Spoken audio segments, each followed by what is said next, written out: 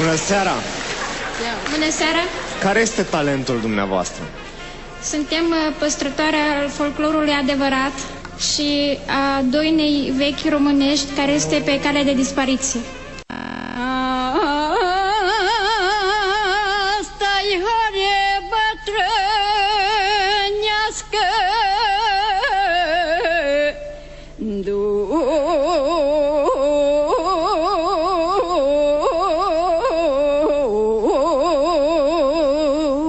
nu-i copilă să horească și îngruma să o învârtească.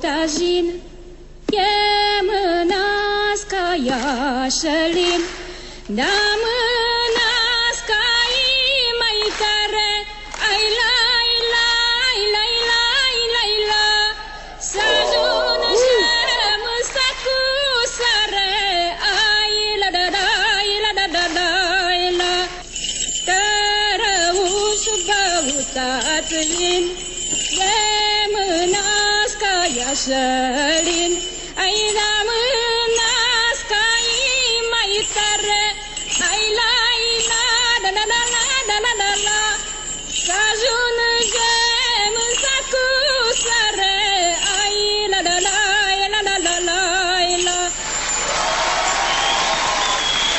Mulțumim! Dragile noastre, ne bucurăm foarte mult că ne-ați arătat acest obicei de nuntă, cred că este unul dintre cele mai frumoase. Mă bucur foarte mult că ați venit să ne arătați această mică parte din folclorul nostru. Și noi suntem îndrăgostite de vocea dumneavoastră atunci când cântați muzică populară. Mulțumesc din suflet, mulțumesc! Eu zic că în epoca asta în care totul înseamnă megabits, Wi-Fi, electro, avem nevoie de un moment din ăsta. Vocea voastră sună cu adevărat special, adică nu mi-a fost dat să aud până acum asemenea interpretare. Ceea ce arată că, uite, mi-e străină latura asta și e păcat și vreau să vă mulțumesc că mi-ați făcut-o cunoscută. Eu vă spun da din toată inima. Vă mulțumesc! Răspunsul meu este da, cu admirație. Andy. Susțin total demersul celor două doamne. Da. Felicitări, mergeți în etapa următoare. Doamne ajută! Doamne ajută! A fost extraordinare. Foarte bine, dar eu supărată când bătrână. Și aș vrea să fiu mai tânără, să pot și înainta. Dar așa nu știu cât. Cât voi putea merge mai departe. Revenim în culise, ne scuturăm o țâră și ca în basmele din popor ne întâlnim cu o măicuță bătrână și a ei fiică bună. Bună seara! Bună seara! Ați venit pe la noi? Da, am venit să văd și orașul. Că la și să luați marele premiu. Mă numesc Zenuța Purja, din județul Bistrița Năsăud. Am 43 de ani și am venit însoțită la acest concurs de Rapsodul Popular Teodora Purja, care este mama mea.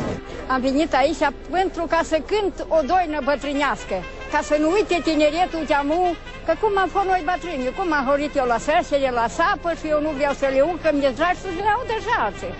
Noi vă mulțumim că ați venit, vă așteptăm pe scenă și vă ținem pumni. Haideți!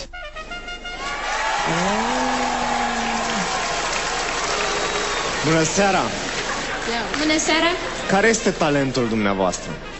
Suntem păstrătoare al folclorului adevărat și a doinei vechi românești care este pe cale de dispariție. No, asta e foarte bine. Avem nevoie de așa ceva. E foarte bine că se păstrează, sper că nu e foarte bine că e doina pe cale de dispariție. Da, că se păstrează. E foarte, foarte bine ceea ce faceți. Și am să vă rog, înainte să trecem mai departe, să ne spuneți puțin Ce este cu costumele? Deci eu mă îmbrac în costum dacic, așa cum este și mama mea îmbrăcat acum. Ce vechime are costumul? Peste 100 de ani. Wow! Îți dai seama? Bun, și în această seară... În această seară am venit cu un fragment din Obicei de nuntă și cu horile vechi cu noduri. Horea cu noduri este un stil de interpretare foarte vechi, bine, pe vremea iobăgiei, când biciul asupritorului cădeau iobagilor pe spate, iobagii nu igneau, ci cântau și durerea în cântec se transforma în noduri. Am văzut că acest stil se pierde și de când am început să cânt, am urmărit întotdeauna să aduc în atenție acest folclor vechi, străvechi, care a intrat anul acesta în patrimoniul UNESCO. Este o valoare a românilor și este păcat să se piardă.